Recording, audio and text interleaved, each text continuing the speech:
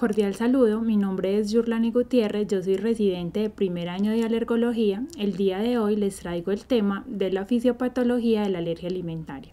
Un agradecimiento especial a mi asesor, el doctor Carlos Chinchilla, y al coordinador del programa, el doctor Ricardo Cardona. Durante la charla vamos a hablar sobre algunas generalidades, la epidemiología, sobre el sistema inmunitario digestivo, la microbiota intestinal, la tolerancia oral, la pérdida de la tolerancia oral y vamos a hablar sobre algunas hipótesis que se han planteado en el desarrollo de la alergia alimentaria. La alergia alimentaria es definida como un efecto adverso para la salud que surge de una respuesta inmune específica que se produce de forma reproducible al exponerse a un alimento dado. Por otro lado, la intolerancia alimentaria es definida como una reacción no inmune que incluye tanto mecanismos metabólicos, tóxicos, farmacológicos e indefinidos. Esta constituye la mayoría de las reacciones adversas a los alimentos y pueden ser causados tanto por factores intrínsecos del alimento ingerido como la presencia de contaminantes tóxicos, toxinas, las características farmacológicas de los alimentos como la presencia de cafeína, las características del huésped como la deficiencia de lactasa y respuestas idiosincráticas. Las reacciones adversas a los alimentos las podemos dividir en no tóxicas y tóxicas. Las no tóxicas se pueden dividir a su vez en las que no son mediadas inmunológicamente y en las que son mediadas inmunológicamente. En las mediadas inmunológicamente, entonces tenemos las que son mediadas por inmunoglobulina E, que son en las que nos vamos a centrar durante esta charla, en donde se van a presentar manifestaciones como la urticaria y el angioedema, la anafilaxia y el síndrome de alergia oral. Las mixtas, que van a ser mediadas tanto por inmunoglobulina E como por células, en donde tenemos la dermatitis atópica y la esofagitis eosinofílica, y las mediadas por células, en donde tenemos el síndrome de proctocolitis, enterocolitis y enteropatía inducida por proteínas alimentarias. Para hablar un poco sobre la epidemiología, la incidencia de la alergia alimentaria ha aumentado en las últimas 2 a 3 décadas y este aumento se ha visto de manera desproporcionada en países industrializados y con un estilo de vida occidental. Acá podemos ver en este mapa que la incidencia en los últimos 10 años para todas las edades en Colombia ha sido reportada mayor al 10%. En los países desarrollados, la alergia alimentaria asociada a inmunoglobulina E afecta del 3 al 8% de los niños y del 1 al 3% de los adultos. Además, las alergias alimentarias son más frecuentes en los primeros años de la vida. Las alergias a la leche, el huevo, la soya, el trigo, los frutos secos, pescados y mariscos causan más del 90% de las alergias alimentarias en los niños y el 35% de los niños con dermatitis atópica moderada o grave tienen una alergia mediada por inmunoglobulina E. Antes de empezar a hablar de la alergia alimentaria, es importante conocer cómo funciona nuestro sistema inmunitario digestivo. El intestino es la interfase más grande entre el cuerpo y el entorno externo, con una mucosa intestinal que tiene una superficie mayor de 200 metros cuadrados. Como tal, para lograr la tolerancia, el intestino debe ser capaz de distinguir no solo los antígenos propios, sino también discriminar entre los antígenos inocuos no propios y los antígenos no propios amenazantes. Como tal, el intestino se encuentra con una gran cantidad y diversidad de antígenos extraños que representan los antígenos no propios, y esto corresponde a más de 30 kilogramos de proteínas por año, como también los productos de trillones de bacterias residentes que representan más de 1000 especies. El tracto digestivo es una estructura tubular que se encuentra recubierta por una capa continua de células epiteliales que se encuentran asentadas sobre una membrana basal, y esta va a formar una barrera para el medio externo. Debajo de esta tenemos un tejido laxo-conjuntivo que es llamada la lámina propia, en donde vamos a encontrar vasos sanguíneos, vasos linfáticos y tejido linfoide asociado al intestino. Las células epiteliales intestinales que recubren tanto el intestino delgado como el intestino grueso van a formar parte de la inmunidad innata del tracto digestivo. Las células epiteliales que tenemos en el intestino son las células caliciformes, que son células secretoras de moco y que se residen en la parte superior de las vellosidades intestinales. Tenemos también las células M, que son células captadoras de antígenos, las células intestinales, que son células encargadas de la absorción y secreción de citoquinas, y las células de Paneth, que liberan péptidos antimicrobianos y se encuentran en el fondo de las criptas. Los péptidos antimicrobianos, que son secretados por las células de Paneth, como el moco, que es secretado por las células caliciformes, van a servir para formar una barrera física que va a impedir la entrada de los microbios a la lámina propia. De igual manera, las células epiteliales intestinales se encuentran unidas entre sí por unas proteínas que forman unas uniones herméticas intercelulares que van a impedir la entrada de los microbios a la lámina propia. El tejido linfoide asociado al intestino se puede dividir en sitios efectores, que consiste con linfocitos diseminados por el epitelio y la lámina propia de la mucosa, y unos tejidos más organizados que son los encargados de inducir la respuesta inmune, como son las placas de Peyer y los ganglios linfáticos mesentéricos. Las áreas linfoides van a estar separadas de la luz intestinal por una sola capa de células columnares, que es denominado el epitelio asociado al folículo, y debajo de esta vamos a tener la cúpula subepitelial.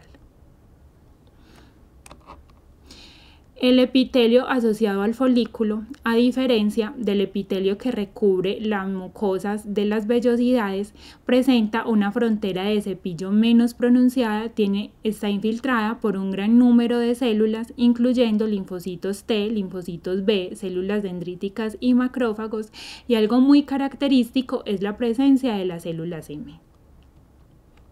Las placas de Peyer es la estructura más destacada del tejido linfoide asociado al intestino. Esta se encuentra ubicada en la región distal del íleo, y agregados menores de folículos linfáticos o folículos aislados los podemos encontrar en el apéndice y el colon. Esta tiene la estructura de los folículos linfáticos con centros germinales que contienen linfocitos B, linfocitos T cooperadores foliculares, células dendríticas foliculares y macrófagos. Las células M, también conocidas como células microplegadas, son enterocitos especializados que carecen de microvellosidades superficiales y de la capa gruesa y normal de moco. La principal función de estas células es el transporte transcelular de antígenos sin procesar desde la luz del intestino a través de la barrera epitelial hasta las células presentadoras de antígeno.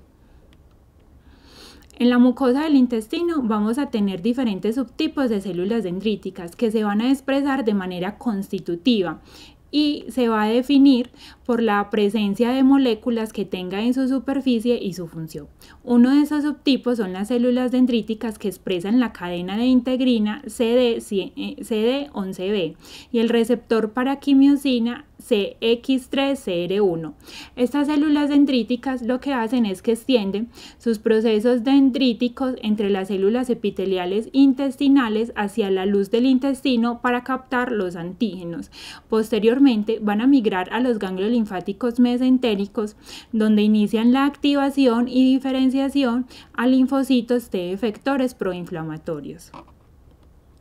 Otro de los subtipos son las células dendríticas que expresan la integrina CD103. Estas presentan antígenos a linfocitos T vírgenes e inducen su diferenciación en linfocitos T reguladores, y en parte esto se va a dar gracias a la secreción del factor de crecimiento transformante beta y ácido retinoico. El patrón de alojamiento de los linfocitos intestinales efectores se adquiere en los tejidos linfáticos, en donde se diferencian a partir de precursores vírgenes. Las células dendríticas pueden verse influenciadas por la linfopoyetina estromaltímica y otros factores para expresar la retinaldehído deshidrogenasa, que va a convertir la vitamina A de la dieta en ácido retinoico. En el tejido linfoide asociado al intestino, los linfocitos T y B vírgenes, que son activados por el antígeno, van a estar expuestos a este ácido retinoico, lo que va a inducir la expresión de la integrina alfa 4 beta 7 y el receptor para quimiosina CCR9. Estos linfocitos T o B efectores posteriormente van a entrar en la circulación y se van a alojar en la lámina propia. Esto se va a dar porque la integrina alfa 4 beta 7 se va a unir a la proteína MAdCAM-1 que se expresa en las células endoteliales de las vénulas postcapilares, y el receptor de quimiosina CSR9 se va a unir a su ligando el CSL25 que se expresa en las células epiteliales intestinales. En el intestino tenemos diferentes vías de captación de los antígenos. Las células dendríticas pueden extender sus procesos dendríticos entre las uniones de las células epiteliales intestinales para captar los antígenos que se encuentran en la luz del intestino. Se puede producir un transporte transcelular a través de la región apical de las células epiteliales intestinales. Las células M también pueden captar antígenos que posteriormente van a ser transportados hasta los tejidos linfáticos, y esto se va a dar a través de un transporte vesicular activo. Y otras de las vías es a través de una vía paracelular en donde se va a producir la absorción de los antígenos a través de las uniones estrechas de las células epiteliales intestinales. Esas uniones estrechas en condiciones fisiológicas hacen que la absorción de macromoléculas y antígenos sea casi inalcanzable, pero estas uniones estrechas parecen ser estructuras dinámicas, y la activación de ciertos sistemas de transporte que se encuentran incrustados en la región apical de estas células epiteliales intestinales pueden llevar a un aumento transitorio irreversible de la permeabilidad intestinal. Además, el interferón gamma, el TNF-alfa y la interleuquina 4 y la interleuquina 13 son factores que también pueden aumentar la permeabilidad de la barrera intestinal, mientras que el factor de crecimiento transformante beta va a reforzar la función de esta barrera. Diferentes factores se han descrito que pueden contribuir al desarrollo de la tolerancia oral en el tracto gastrointestinal. Entre estos tenemos las barreras físicas, los procesos digestivos, las células inmunitarias y la regulación inmune. La función de la barrera física es proporcionada por una superficie protectora hidrofóbica recubierta de moco y por la inmunoglobulina A. La capa de oligosacáridos de mucina va a ayudar a atrapar los antígenos, mientras que la inmunoglobulina A secretada se va a unir a proteínas alimentarias y va a impedir la absorción del antígeno a través del epitelio intestinal. Otros de los factores son los procesos digestivos. Aquí el ácido gástrico y las enzimas digestivas van a ayudar a descomponer las proteínas de los alimentos para la absorción de los nutrientes. Esto además va a llevar a una reducción de los epítopos lineales y conformacionales de las proteínas alimentarias en cadenas menos inmunogénicas de dipéptidos y tripéptidos. En el intestino tenemos 3 células inmunitarias especializadas que son capaces de procesar las proteínas alimentarias que sobreviven a los procesos digestivos, y estas son las células M, las células dendríticas y las células epiteliales intestinales, de las cuales ya hablamos previamente. Y por último, pero sin ser menos importante, tenemos la regulación inmune. Los linfocitos T reguladores van a inducir una respuesta inmune reguladora y tolerante en lugar de una respuesta inflamatoria, y esto se va a lograr mediante la liberación del factor de crecimiento transformante beta y la interleuquina 10. El factor de crecimiento transformante beta va a suprimir las acciones de las células T y las células B y va a promover la producción de la inmunoglobulina A. Y la interleuquina 10 va a inducir la anergia en las células T, va a mantener las poblaciones de células T reguladoras y va a promover el cambio de isotipo en las células B para producir inmunoglobulina A. Tanto la piel como las mucosas está recubierta por una microbiota específica, y esta microbiota está formada por virus, bacterias, hongos, entre otros. Las bacterias comensales son las mejor caracterizadas, especialmente las del tracto gastrointestinal, en donde se ha descrito que estas presentan una densidad de 10 a la 4 a 10 a la 8 por milímetro de contenido luminal en el intestino delgado y de 10 a la 11 por milímetro de contenido luminal en el colon. La composición de la microbiota puede cambiar desde la infancia hasta la vida adulta, pero la mayoría de los microorganismos provienen de 4 familias, las cuales son las actinobacterias, bacteroidetes, firmicutes y proteobacterias.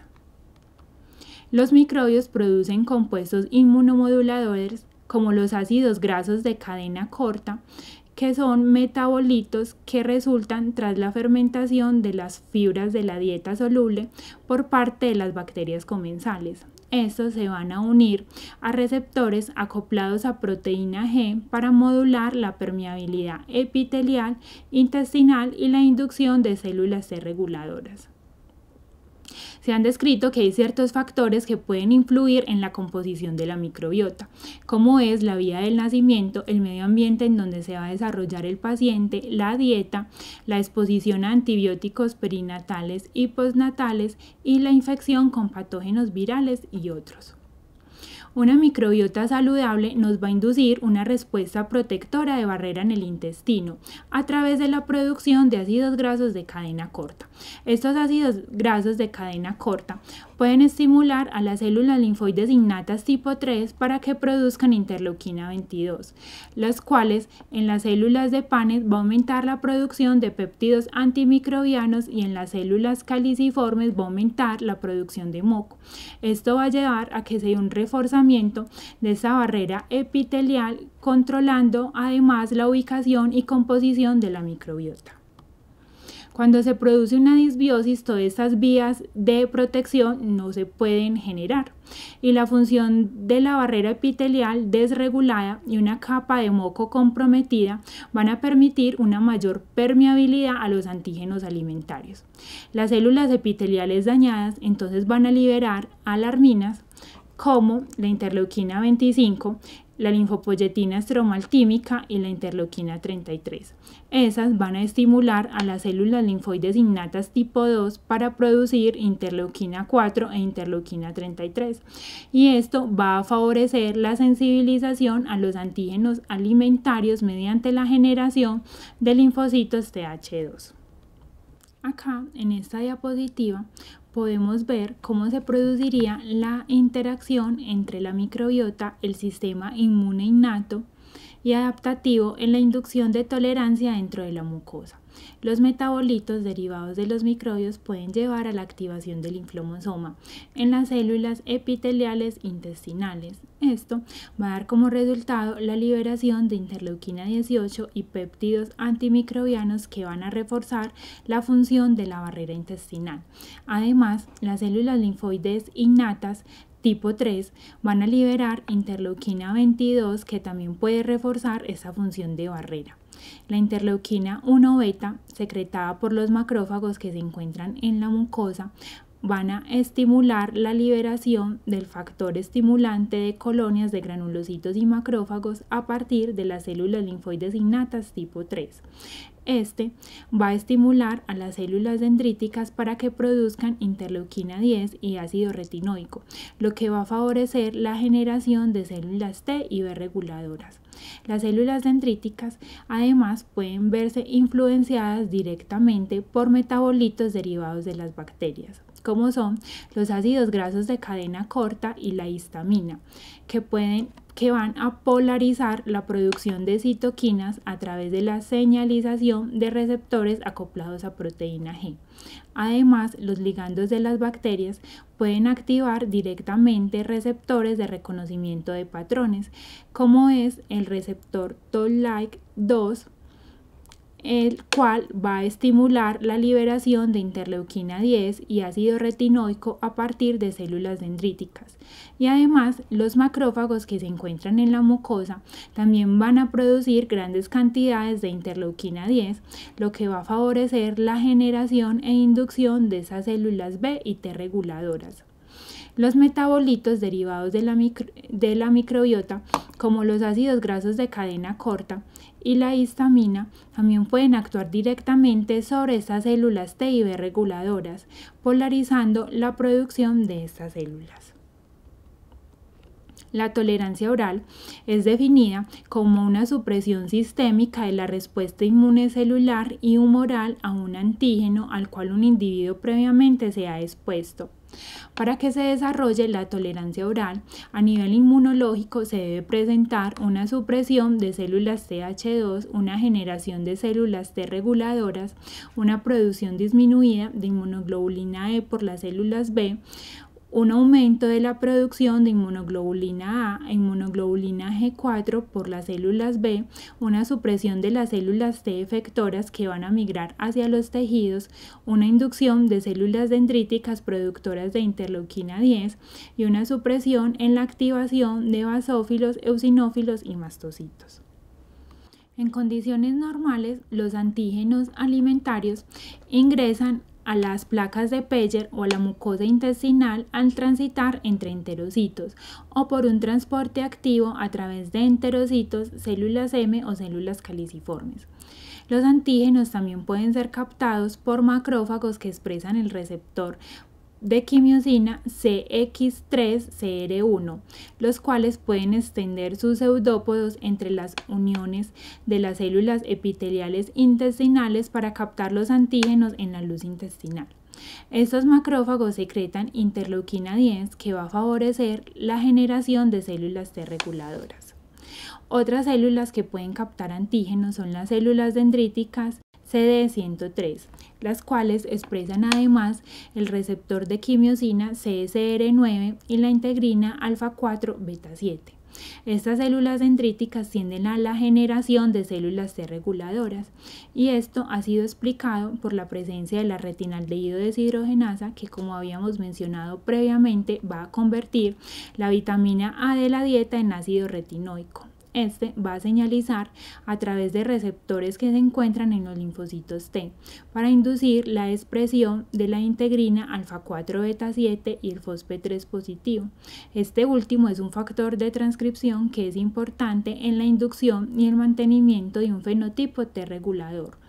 Además, estas células dendríticas también expresan la integrina alfa-V beta-8, que favorece la generación del factor de crecimiento transformante beta, y este a su vez va a favorecer la inducción de las células T reguladoras.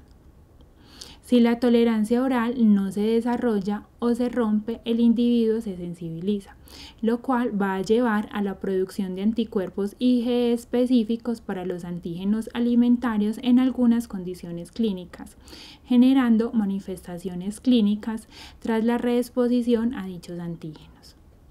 La sensibilización a los antígenos alimentarios se puede producir a través del tracto gastrointestinal, la piel o el tracto respiratorio, y dependiendo de la ruta de sensibilización, estos alergenos se pueden clasificar en alergenos alimentarios de clase 1 o clase 2. En los alergenos alimentarios de clase 1 tenemos que son alergenos orales que causan sensibilización a través del tracto gastrointestinal, como lo son la leche, el huevo y el maní. Y los alergenos de clase 2 son alergenos que causan sensibilización a través del tracto respiratorio, como el alergeno principal del polen de abedul, el BESB1.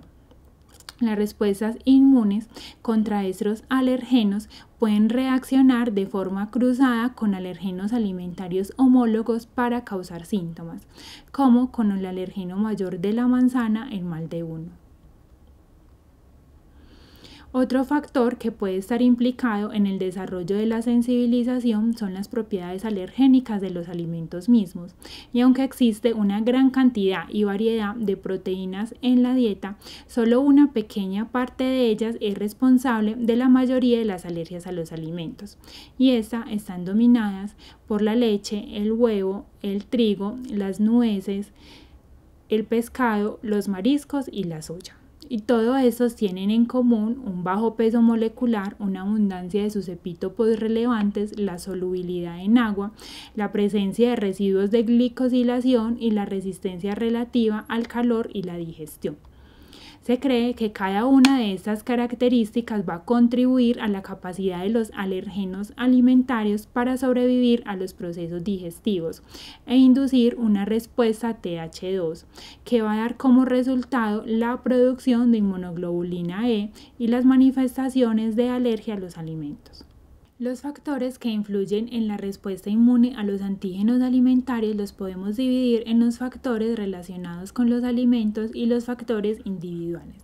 En los factores relacionados con los alimentos tenemos los factores que dañan la barrera epitelial, el tipo de alergeno y la dosis de exposición, el tipo de adyuvantes en el alergeno y su dosis, los productos microbianos y contaminación de microorganismos, la ruta de exposición, los efectos de la matriz alimenticia como proteínas agregadas o repetitivas, lípidos y azúcares glicosilados y la temperatura de cocción. Y entre los factores individuales tenemos la edad y el estado inmune del paciente, la composición de la microbiota, los efectos de barrera, el uso concomitante de ciertos medicamentos como los antiácidos y la presencia de enfermedades subyacentes como la dermatitis atópica.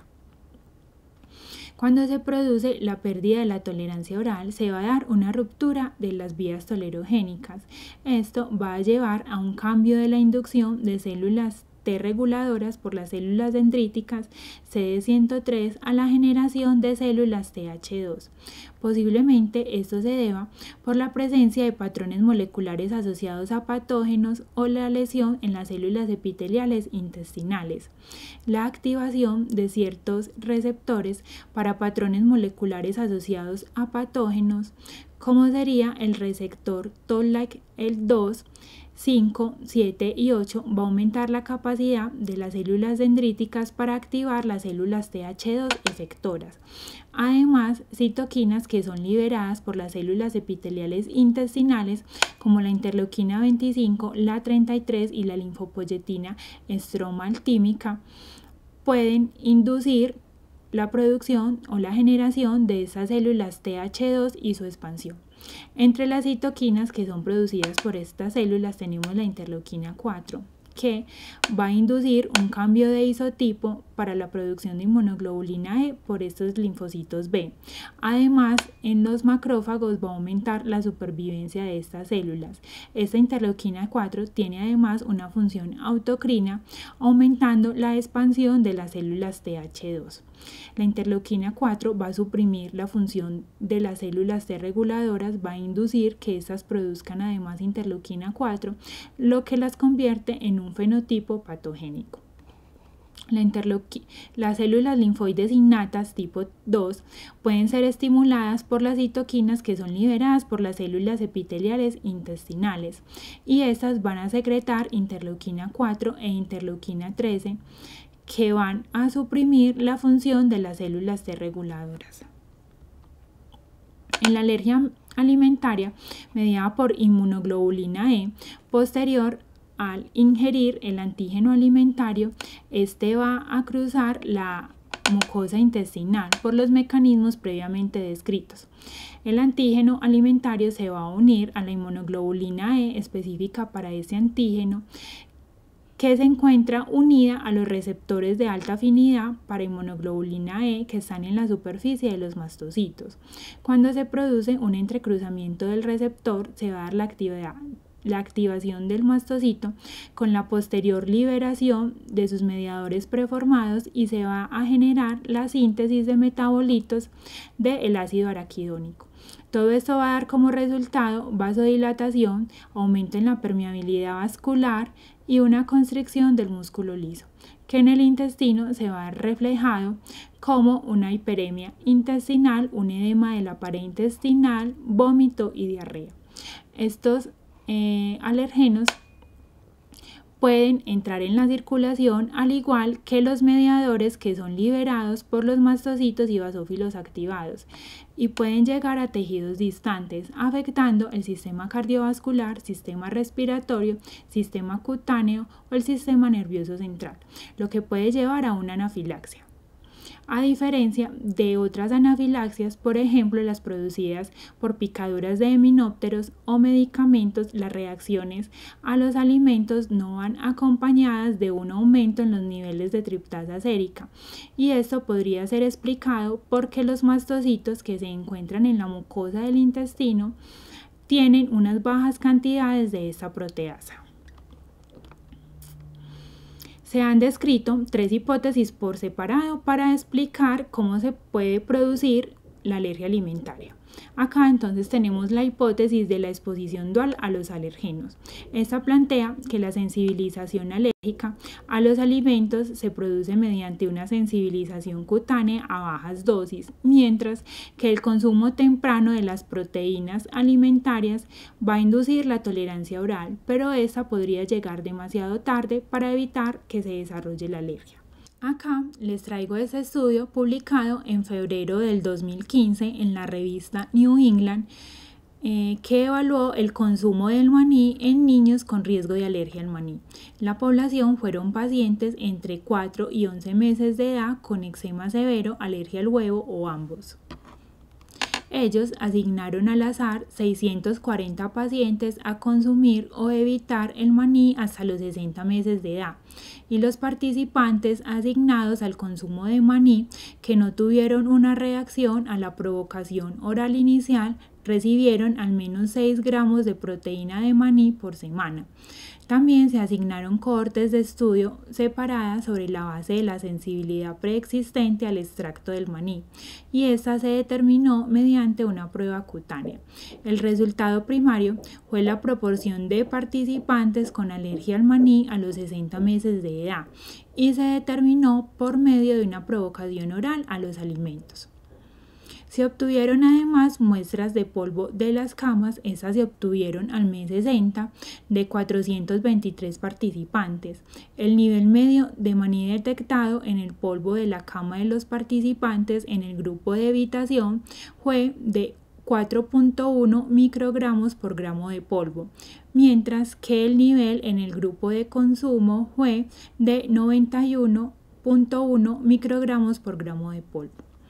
Cuando ellos realizaron en el análisis de intención por tratar, entonces encontraron en la cohorte con prick-test negativo que el grupo de evitación presentaba una prevalencia de alergia al maní del 13.7%, comparado con una prevalencia de 1.9% en el grupo de consumo. Cuando se realizó el análisis en el grupo que tenía el prick-test positivo, se encontró que la prevalencia al maní en el grupo de evitación era de 35.3%, comparado con una prevalencia de alergia al maní de 10.6% en el grupo que consumió maní. Y cuando ya se analizaron ambas cohortes, se encontró que la prevalencia de alergia al maní para el grupo de evitación fue de 17.2% en comparación con un 3.2% en el grupo que consumió maní.